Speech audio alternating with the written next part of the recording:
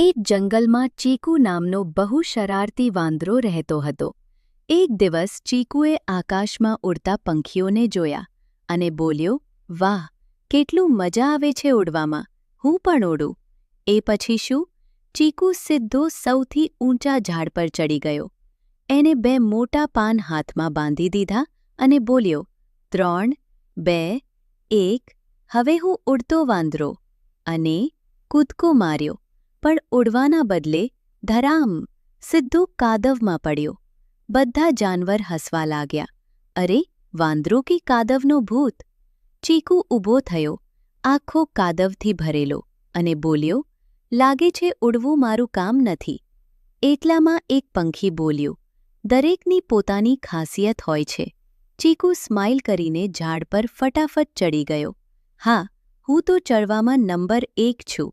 Moral: બીજાની નકલ નહીં કરો, નહીં તો કાદવમાં પડી જશો.